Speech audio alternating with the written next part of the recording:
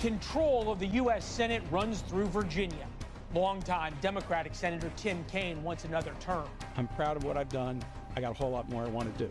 Republican challenger Hung Cao says he's ready to take a seat in the world's most deliberative body. Tim Kaine has been in office for 30 years, and he's saying, give me 6 more and I'll get us out. I don't think we buy that right now. Tonight, in their only televised debate, the candidates take on the challenges Virginians face daily. This country's taken a dark turn. How are we going to fix the economy? I don't see a competing economy in the world that has done what the U.S. has done, and we've exceeded our own expectations. Which candidate will you trust? Which candidate shares your views on social issues, your dreams for our economy, and which one will keep your family safe? Good evening from the nation's capital. I'm your host, Leland Biddard from News Nation. It's debate night, and we are focused on two men with very different views on border security, women's rights, and the future of an economy so many of us are struggling with. Moderating tonight's debate, Deanna Albritton, anchor at WRIC in Richmond, and Tom Shad, anchor at Wavy TV and Fox 43 in Norfolk.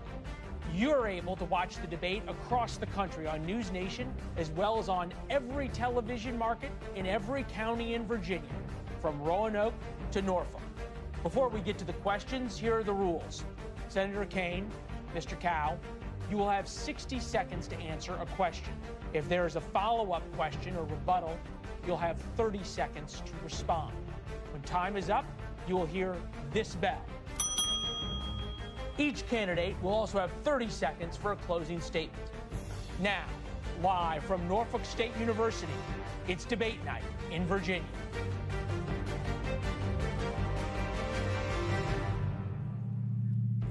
Welcome to NSU and welcome to our live audience that you can see that we have here. They've shown us that they are passionate, they are eager for tonight, but we have asked them to hold all reaction and response to the candidates until the very end. Good evening, candidates. I'm Deanna Albritton. And I'm Tom Shad. We are looking forward to a very informative hour, a discussion of Virginia's most important issues, and a very spirited debate from both candidates.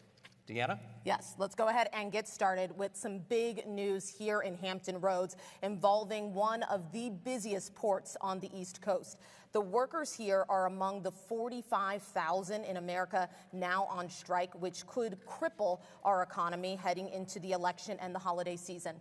Mr. Cao, you have won the coin toss, so we will start with you. If you were in the negotiating room, what would a good deal look like to you? You have 60 seconds. Well, again, thank you, NSU, for having us here.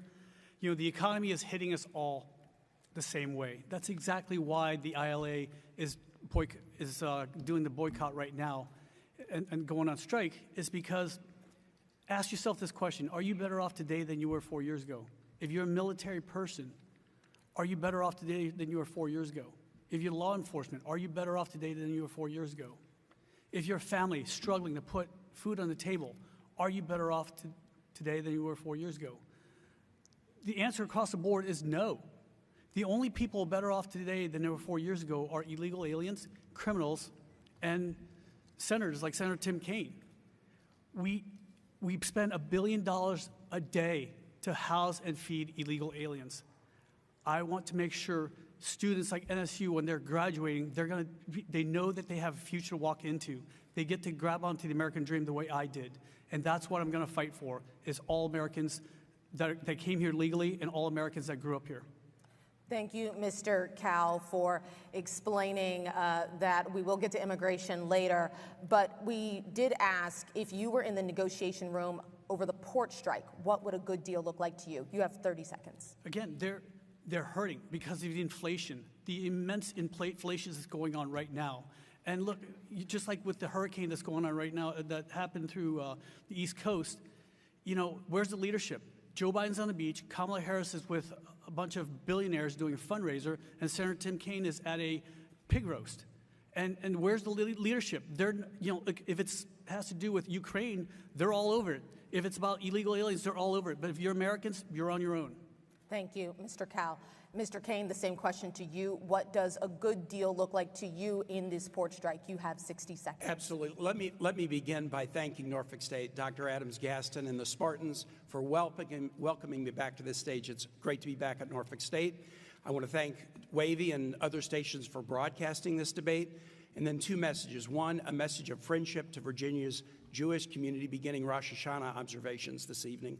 And second, a message of solidarity for those in Southwest Virginia who've been hit hard by Hurricane Helene.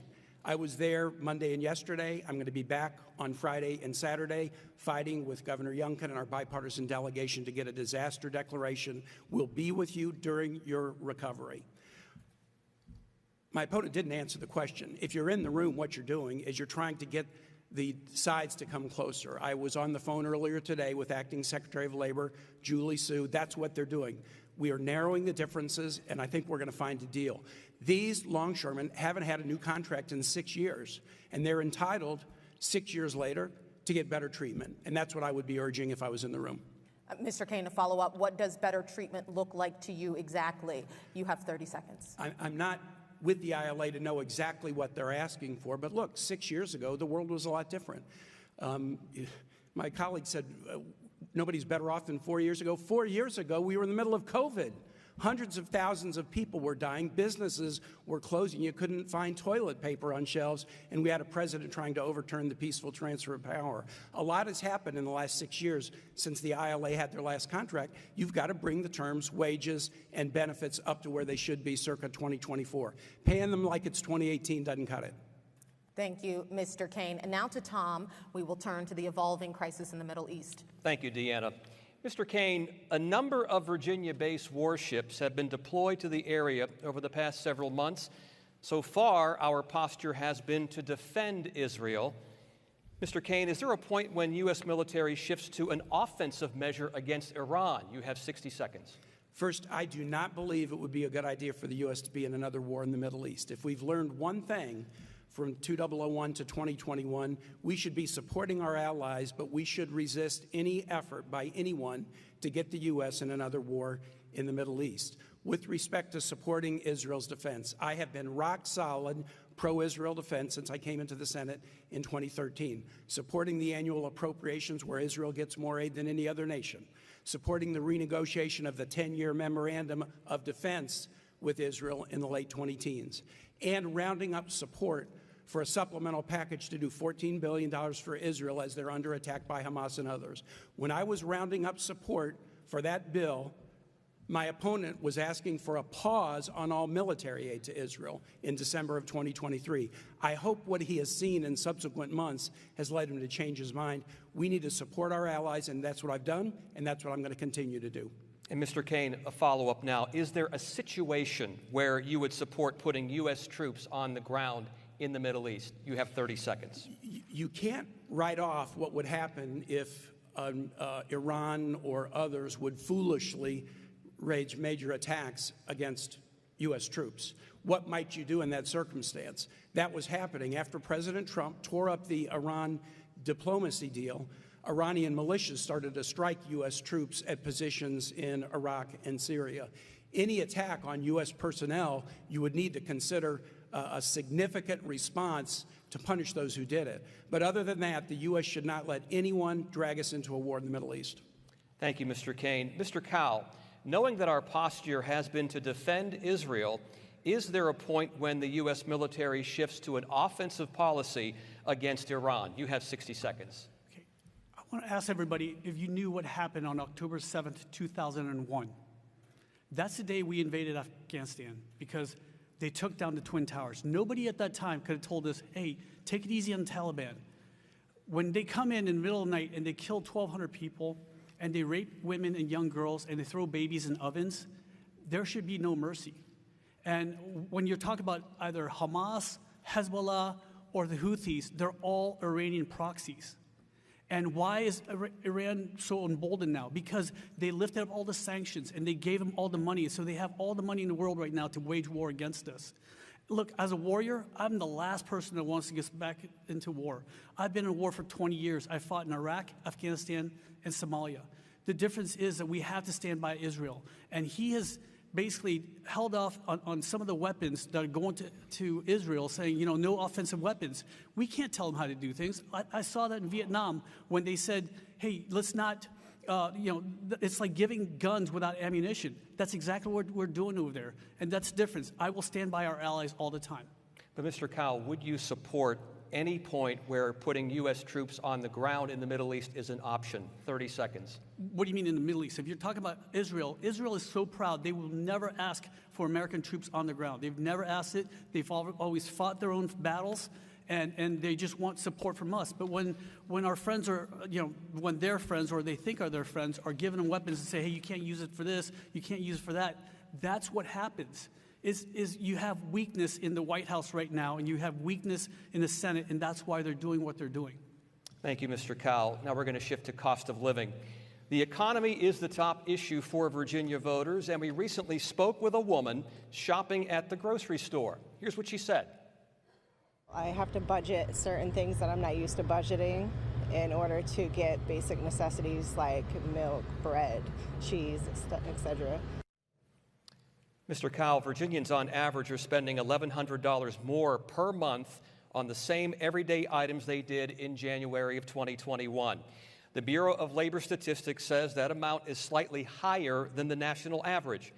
Mr. Kaine, please give us one specific policy you would prioritize to bring down costs. You have 60 seconds. Right now, we need to be energy independent. That is the crux of everything. If it costs more for a farmer to farm their land, it's going to cost also more for a trucker to bring it there. And what they've done is they've made us dependent on oil from countries that hate us, like Iran and Venezuela. These countries hate us, in the Middle East.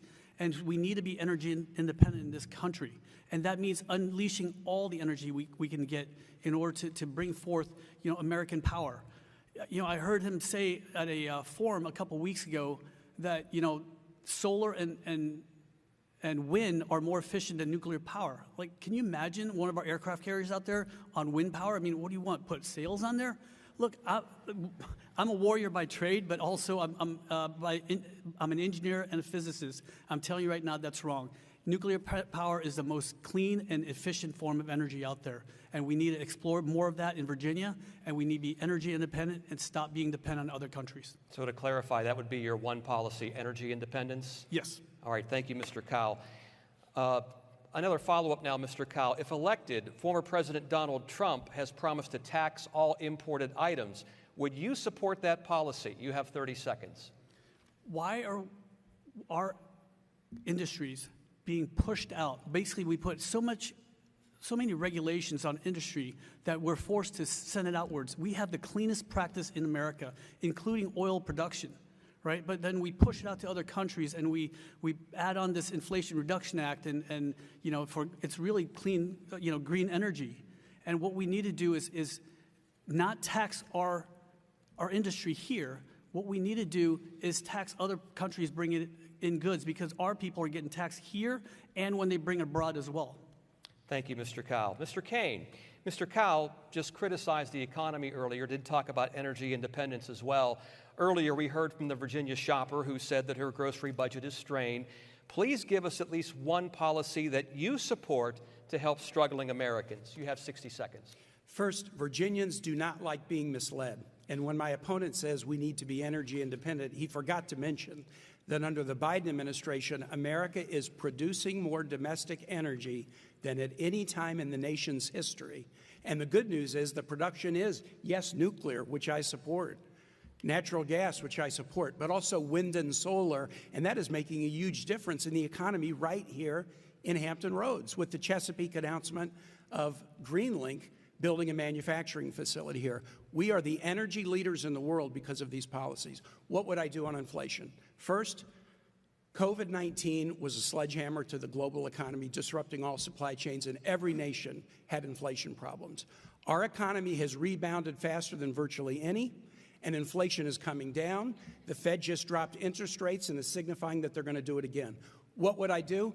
Let's continue to invest in clean energy that's affordable. Let's continue to bring down costs on prescription drugs for seniors, and let's continue to provide American adults with relief from student loan debts. That's 3 things I have done. I'll do more. My opponent has opposed all 3 of those things. Mr. Kaine, thank you. Deanna.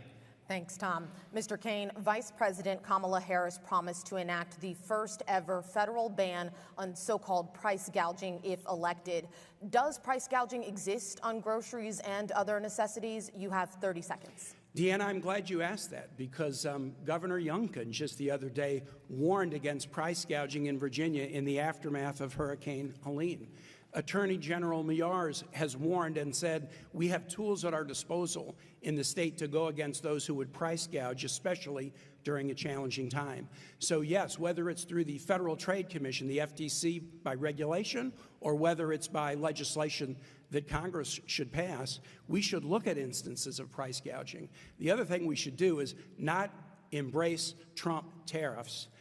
The Trump tariffs would be a massive tax that would cause prices on all these items that are imported to go up. On that, I differ strongly from my opponent, who seems to think the Trump tariff plan makes great sense. Mr. Kaine, you just said that you wanted to look into instances of price gouging. Are you able to name a company in Virginia that is price gouging currently? You have 15 seconds. I cannot name one right now, but I was just in Appalachia, and I was with the law enforcement officials in Pulaski County visiting damage there. And they're talking about the fact that they already see people coming in and trying to take advantage of those who have been suffering when it comes to building materials and other things that they need to get their lives back on track. That's why Governor Youngkin, Attorney General Myers, and Vice President Harris have all said price gouging is real and we need the tools to deal with it. All right, thank you, Mr. Kaine.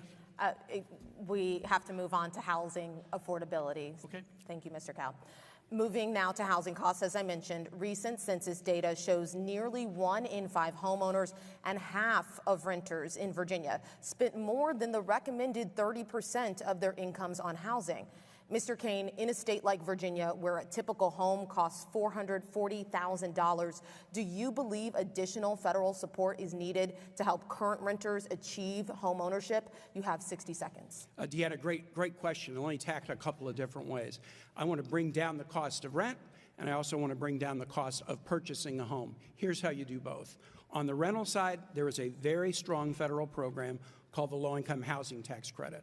There is a bill currently pending in the Senate that was passed in the House with a bipartisan vote to expand the low-income housing tax credit. I strongly support that, and I'm a co-sponsor of that effort on the Senate side. Sometimes the right thing to do is create a new program, but when you have one that works, just do more of it.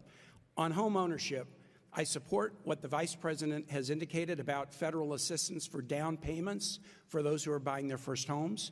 The Fed dropping the interest rate is also going to free up some financing for first-time home buyers. A lot of people in their first homes now, they don't want to move to a second home because they're not going to be able to get as good an interest rate on their mortgage. With interest rates coming down, they can move, and that will open up a lot of starter homes for families that are looking to buy the first home. So those would be the 3 things I would do.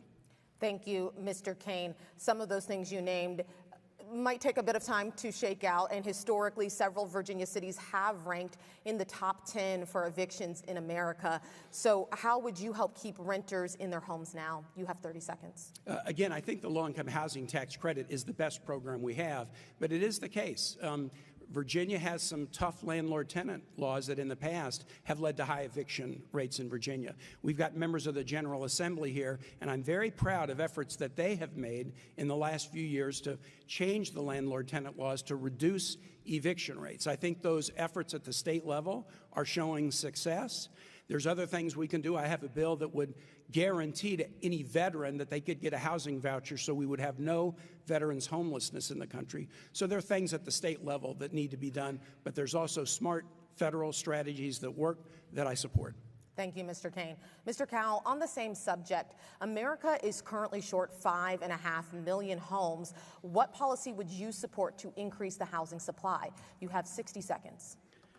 Again, one of the things we have in this, the problem we have right now is that we're paying $1 billion a day to feed and house illegal aliens in this country.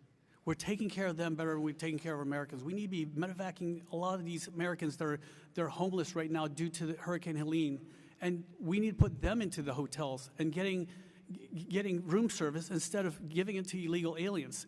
And my fear with what Kamala Harris wants to do with unrealized gains is if my house goes up in Zillow, it's just go up in Zillow, but then I don't have that money in my pocket, and she wants to tax that. And that's exactly what's going on right now is, one of the great things about being American is the freedom, and the second thing is ownership. Okay, a lot of countries don't allow you to own the lands, and what they're doing right now is they want to push you out of ownership of your home, and so only corporations and very rich people can buy it, and that's what I want to fight against. Well, Mr. Kaine, thank you so much for responding, but I'm looking to see what policy you would support that would increase the housing supply. You have 30 seconds. Again, in Northern Virginia, where I live, there's a lot of, the cost of living is very, very high. But if we can build affordable housing further south and have more VREs and mass transit to bring people up there to work at these, in the Northern Virginia area, then that's how we're going to solve the problem. Thank you, Mr. Kaine. Moving on now to immigration. Tom will have the next set of questions. Thank you, Deanna. Mr. Kaine, you've supported removing undocumented immigrants who have committed violent crime. Do you support mass deportation of all undocumented immigrants? You have 60 seconds. Immigration is very near and dear to my heart. When Vietnam fell, we had nowhere to go, and America brought us in. And my parents waited in line for 7 years. We all did, for 7 years to get our citizenship. The last thing that my dad had hang over his bed when he passed away 2 years ago was his naturalization certificate. I love this country so much that I wrote a blank check up to and including my life to defend it for 25 years in Iraq, Afghanistan, Somalia, and other parts of the world. So here's my thing to anybody who wants to come here. Don't ask for the American dream if you're not willing to obey American laws and embrace the American culture, because I did. And so that's the number one criteria coming into this country. If you come here illegally, then you need to leave, especially if you're a violent crime person. We just found out last week there are 13,000 convicted murderers and 16,000 convicted rapists that came across under their watch. That's unacceptable. We need to protect Americans every single day, and that's what I did. Thank you, Mr. Kaine. But the question, do you support mass deportation of all documented immigrants? That was the question asked. You have 30 seconds to respond. If you came here illegally, you're basically screwing up the whole system. There's people that are waiting in line, like my family, for 7 years for their naturalization papers. And so you can't jump the line. I mean, if you go to Costco and you jump the line, what do you think is going to happen? And so that's the thing. You can't come here and expect the American dream if you're not willing to obey the American laws and embrace the American culture. That's what I did. All right. Thank you, Mr. Kaine.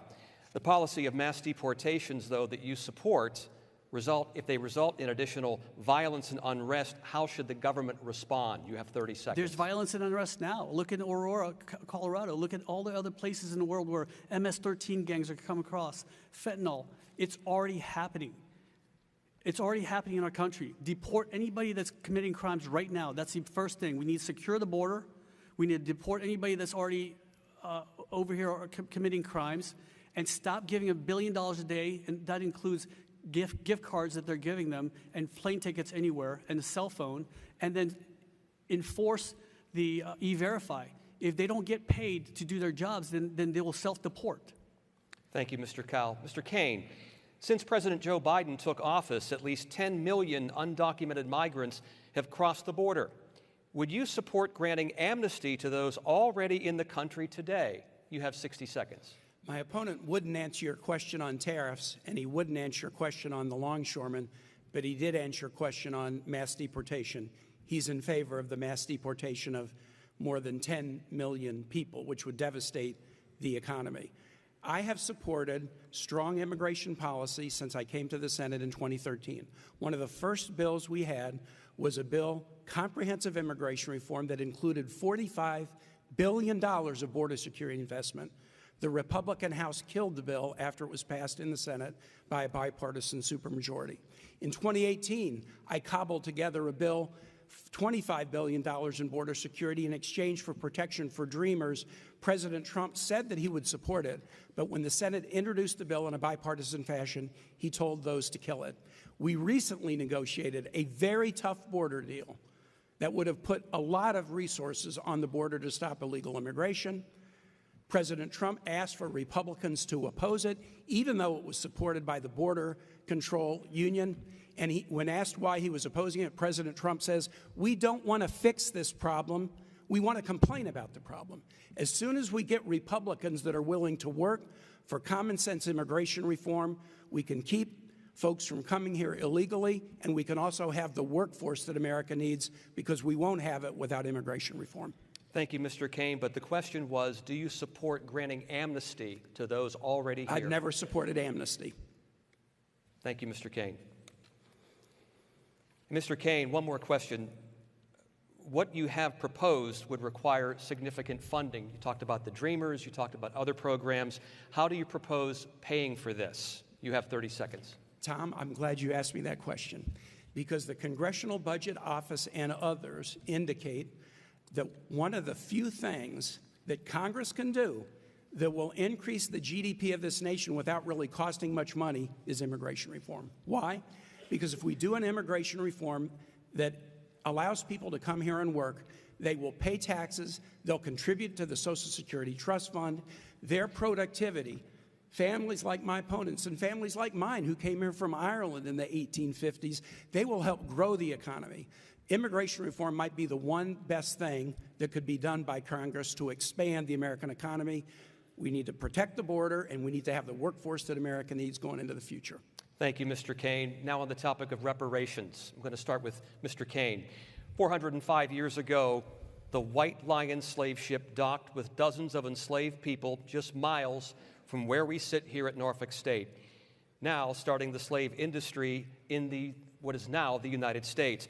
Vice President and Democratic presidential nominee Kamala Harris did support some form of reparations in 2019 as a senator.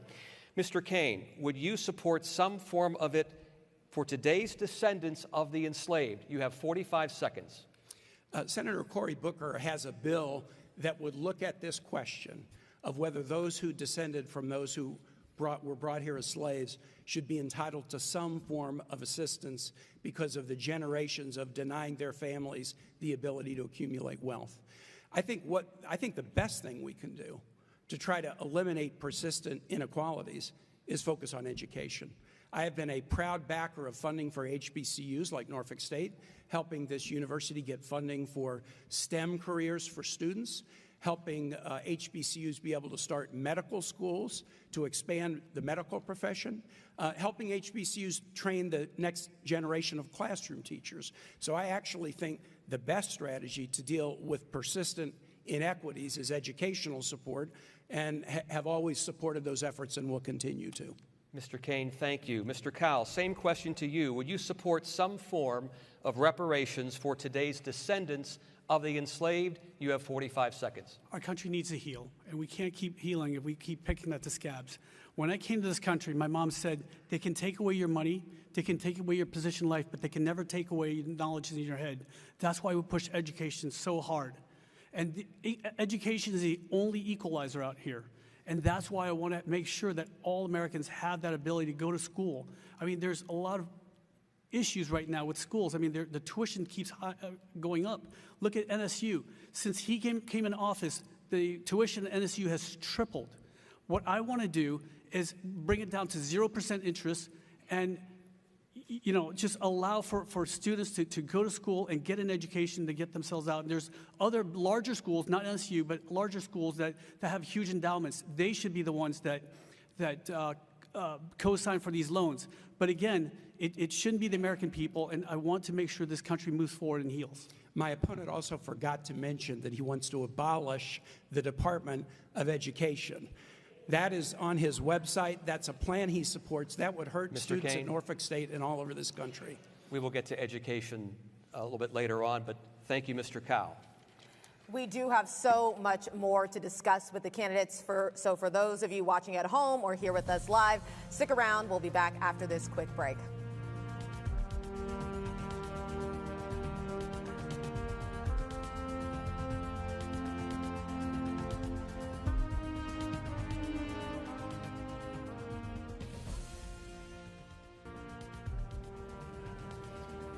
And welcome back to our debate. I am Tom Shad. I'm Deanna Albritton from WRIC in Richmond, Virginia. We wanted to clarify one thing. Mr. Kaine did speak about education in that last segment. We made a mistake by not giving Mr. Cowell a chance to respond to what Mr. Kaine had said. Mr. Cowell, please. Again, with Department of Education, that's what belongs to the states, okay? Not to the federal government. The federal government, look, they screw up everything they touch. Let's be honest with you. You know, the federal government, I mean, a lot of the Board of Education, or I'm sorry, the Secretary of Education, the Department of Education, they only pay for things like the teachers' unions. They're not really pushing out what they need to be pushing for the states. Each state knows what they need to take care of for their own personal states. Leaving education to the state was what led to school segregation. The Supreme Court in Brown versus Board of Education had to say that from a federal law perspective, states could not discriminate against students. You can't leave education just to the states, because if you do, we've seen it and we don't want to go back. Mr. Kaine, thank you. We will get to education later. Now we'll go to military recruiting with Deanna. Thank you, Tom. Mr. Cowell, we're going to start with you on this one. The Department of Defense says during the last fiscal year, the military services collectively missed recruiting goals by about 41,000 recruits. Mr. Cowell, you have stated, quote, "This administration has a growing obsession with DEI. It's no wonder we have a military recruiting problem." Can you please explain how you believe diversity, equity, and inclusion efforts have impacted military recruiting efforts? You have 30 seconds. 9/11 changed my life like it did a lot of military people. You know, I deployed to invade Iraq when my wife was 8 months pregnant with our first child. I didn't know if I'd ever meet him. And we did that because we love this country so much. And watching Afghanistan fall broke my heart. They turned their backs on our military people. They turned their backs on all of our allies out there. And what they did in COVID-19 was irrepressible. I mean, what they did is they kicked out tens of thousands of military people that refused to take a COVID vaccine. So if you're a military person or a young person wanting to go in the military, would you trust a military or a government that would turn your back on them just for an experimental vaccine? Thank you, Mr. Cowell. But could you please explain how you believe diversity, equity, and inclusion efforts specifically are hampering military recruiting? You have 15 seconds. Again, when you're using a drag queen to recruit for the Navy, that's not the people we want. What we need is alpha males and alpha females who are going to rip out their own guts, eat them, and ask for seconds. Those are young men and women that are going to win wars. Please, audience, please quiet down. Audience, please. Remember, we did ask for no reaction to the candidates so that we can get through as many topics tonight as possible. Thank you, Mr. Cowell. Mr. Kaine, your opponent is saying DEI is to blame for low recruitment. Why do you think the military doesn't have enough recruits? You have 30 seconds. Well, I didn't understand my opponent's argument. I mean, he went all around the block, and I'm not really sure what his point was about DEI. I respect his military service. I'm the father of a United States Marine Infantry Commander, a veteran. I respect all who serve. I serve on the Armed Services Committee, chairman of the Sea Power Subcommittee. I think what we're finding is it's hard to get people to serve. In the all-volunteer military, only 1% serve. Many people don't even know anyone in the military. We have to reach out to new constituencies and new groups. We also have to convince people the benefits of military service are enormous. People feel like if they serve in the military, they'll fall behind. No, you'll zoom ahead because of benefits like the GI Bill and others. And finally, we need to work on innovative programs, such as the Army is working on right now, to help young people kind of pre-qualify to pass the physical exams and then have a long and productive career serving our country. So, Mr. Kaine, just to clarify, you are saying that you believe not enough Americans understand the benefits of the military, and that is what is hampering recruitment. DEI is a red herring. We do surveys of families to see about people's willingness to serve. And it turns out they're not serving because they're afraid, and they're not serving because they're not patriotic. They're not serving because they don't believe military service will advance the rest of their life. They feel like they'll get off track and their colleagues will zoom ahead of them. So we need to do a better job of talking about GI Bill and other benefits, as well as the tremendous leadership training that you get in the military. My son received superb leadership training that is going to benefit him for the rest of his life. But if you don't know someone in the military, you might not understand that. And that's what we need to do to communicate better. And when we do, we'll have more people signing up to serve their country. Thank you, Mr. Kaine. Please hold your applause, everyone. Please hold your applause. Mr. Kaine, looking at guns in America, in the past, you have supported buyback programs for firearm accessories.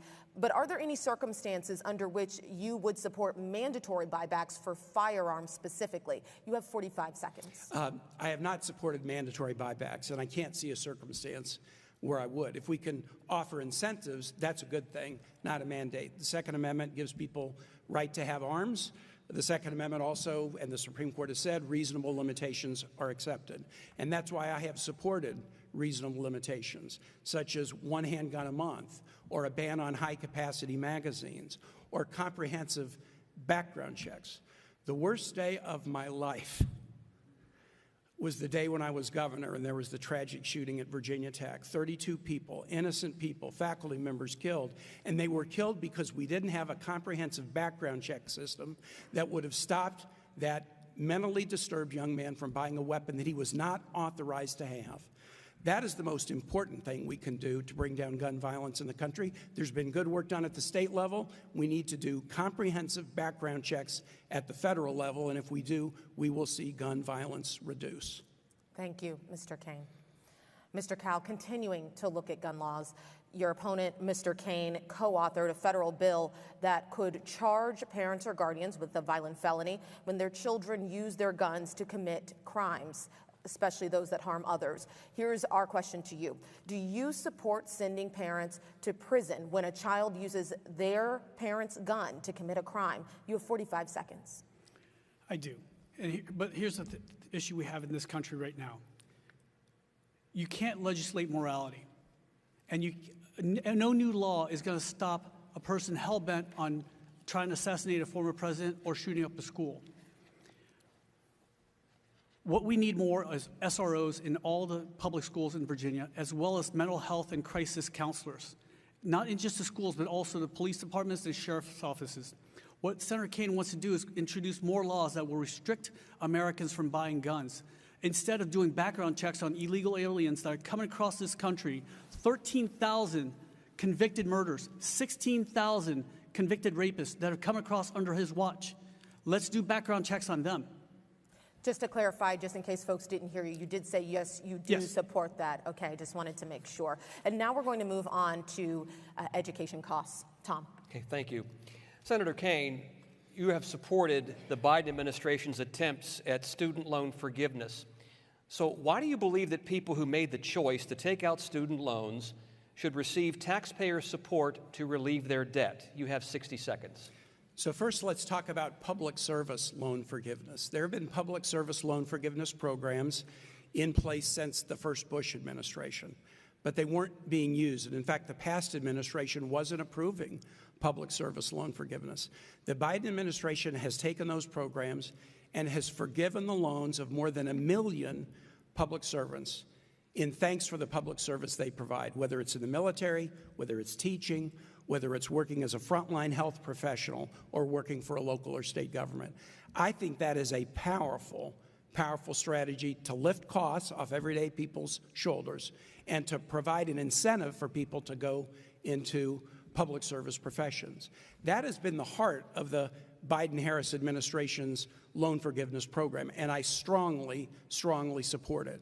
Because if you go to school and then you commit your life to public service, I think that is a very worthy cause, and I think loan forgiveness under those circumstances makes perfect sense. It's also good for the economy, because when you lift the burden off people's shoulders to pay back loans, they're able to buy a house or buy a car or spend more money in their communities. Mr. Kaine, thank you. Mr. Kahl, as of last October, the U.S. Department of Education says more than 1 million Virginians owe a collective $43 billion in federal student debt, impacting their ability to contribute to our economy. So, Mr. Kahl, how would you help these Virginians ease that burden? You have 60 seconds.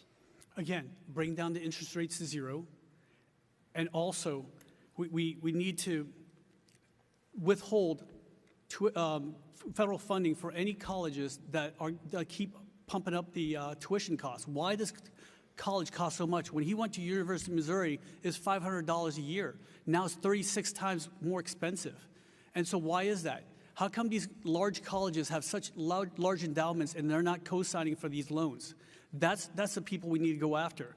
And look, we have the GI Bill. That is a great program for you. If you're struggling to pay for your school, then get a GI Bill. That means go out and serve the military. You'll get stipend as well as tuition. We need to fix education, and we need to do it now. But here's the thing with people like Senator Kaine. You've been in office, sir, for 30 years in various offices, in the U.S. Senate for 12. Why have you not fixed it yet? Virginia was the best. Audience. When I was governor, Virginia was named the best state for a child to be raised in the United States, the best managed state, and the best state to do business. And that continues because of our education system. Mr. Kaine, Mr. Cow. You can respond, Mr. Cow. Oh, again, he says what he's going to do. It's going to be like, hey, why haven't you done it yet? Honestly, of the 227 bills that Senator Kaine has proposed, only 3 of them made it through. That's completely wrong. That's a 99% failure rate. My profession is disarming bombs. Check the tape on that. That's completely wrong. Okay, sir. There's 2 truths in the world. Okay, never walk in a Target store wearing a red shirt, and never go against an Asian when it comes to math. Trust me. What does that mean, gentlemen? We're going to move on. Look, he's got a 99% failure rate. If I defuse bombs and I had 99% failure rate, I wouldn't be here. Best managed state in America, best state for business, best state for education. Mr. Kaine, Mr. Cow, we're moving on to the next topic. Deanna. Thank you, Tom. Mr. Cow, we're going to start with you. In the last few weeks, the Biden administration announced $1.3 billion for historically black colleges and universities to ensure funding. Mr. Cow, would you support continued investment for HBCUs from Congress? You have 45 seconds. Absolutely, and I don't know why they have to come hat in hand every single year. Let's make this a permanent thing and just move forward so that we can, again, like I said, education is the only equalizer out there. Let's allow for people to pull themselves up and start giving back to this country. Thank you, Mr. Cow. And Mr. Kaine, given the record high deficit, how can future HBCU students trust that there will be continued investment? You have 45 seconds. First, go by my track record. I have battled for HBCU funding for Norfolk State and other universities during my entire career. We could go for a walk right after this event, and I could show you buildings on this campus that were built because of bond packages I supported as a lieutenant governor and governor, and I could also show you programs on this campus that I have supported as a United States Senator. My commitment to HBCUs is intact for my entire 30 years, and I'm running against someone who says he would abolish the Department of Education. That is an extreme position that would hurt HBCUs, but would also hurt all of our colleges and all of our K-12 schools. Thank you, Mr. Kaine. Mr. Cow, before those students or children make it to college, they often need childcare, and the high cost of childcare is forcing many families to make difficult decisions about whether to pay to help get care for their children or potentially quit jobs that don't cover those expenses. Would you support providing incentives to businesses to create on-site childcare options? Absolutely. You have 30 seconds. Absolutely. I mean, my wife and I had to make a decision a long time ago when we have 5 kids. And, you know, we made the hard decision that I would work and she would stay at home to take care of the kids because it costs too much to send them to daycare. And so, yes, I would absolutely incentivize and help companies, you know, get companies to help out with child care for their families. Thank you, Mr. Cow. And to follow up, how would America pay for that, those incentives? You have 15 seconds. Again, there's a lot of things we could pay for if we stop paying $1 billion a day to illegal aliens. That's $500 billion a year that we keep paying for illegal aliens to house and feed them into this country. Let's take care of Americans first. Thank you, Mr. Cow. And Mr. Kaine, you have already indicated your support for giving businesses incentives to create those on-site childcare options.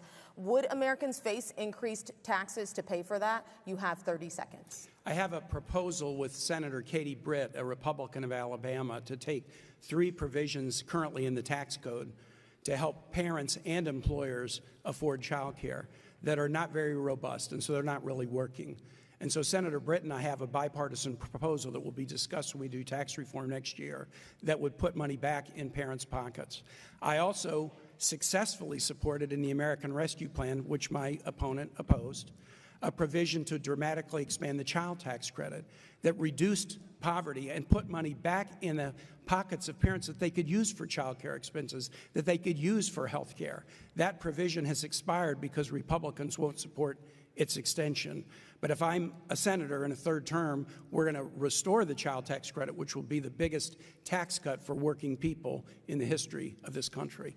Thank you, Mr. Kaine, for outlining your legislative priorities and what you're working on. But the question was, would Americans face increased taxes to pay for these kinds of incentives or tax cuts? My belief is there are savings that we can find that will help do this. I'll give you an example.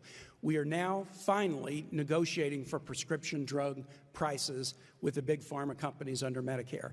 In the first year alone, that is going to save taxpayers and seniors $7.5 billion.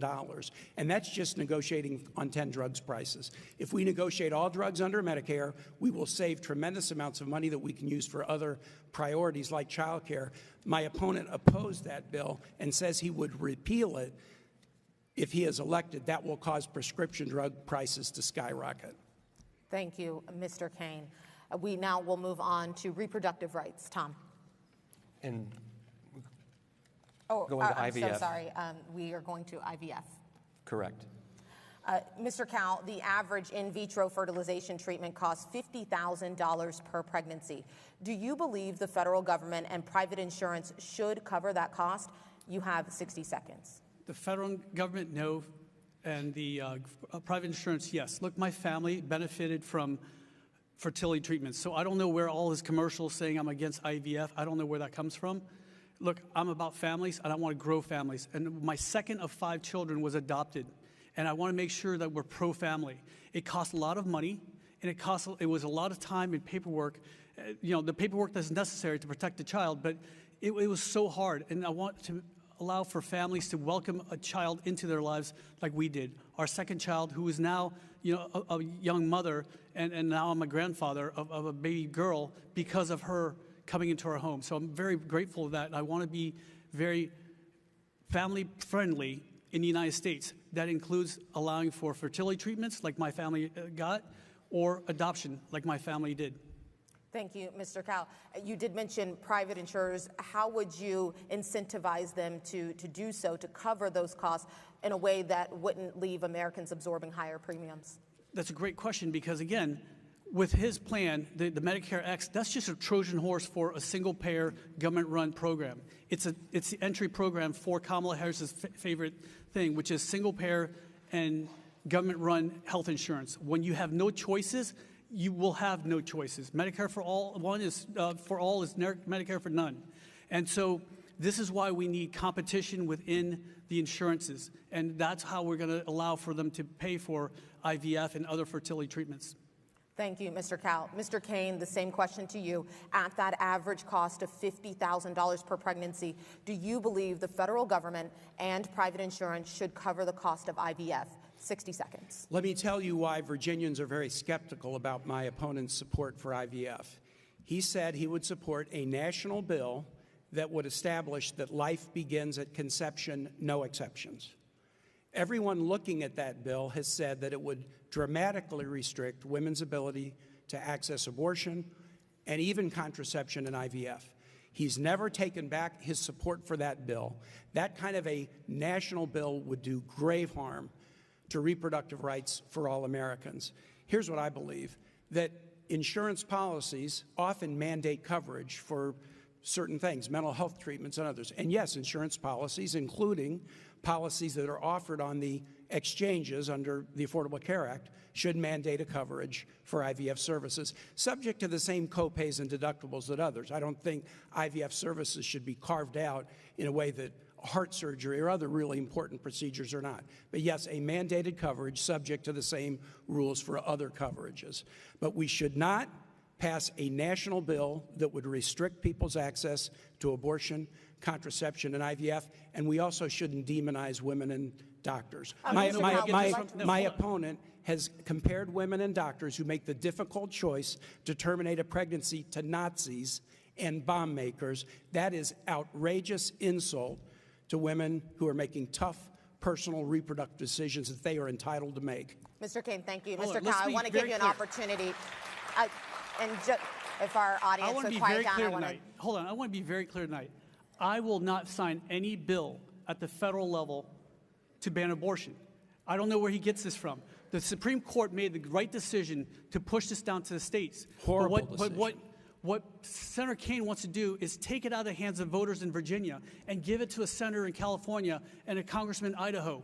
He's got the most extreme views, which is unlimited abortion up to including unborn birth. And That- you've seen that it. is not yes, my sir, position. it is because That is you not voted my against. position. Hold on, because you voted against the Born Alive Infant Protection Act. That is the most extreme thing there is. You voted against it. For child born alive, you voted against that. Let me And so, explain. so what he wants to do is take it out of the hands of voters.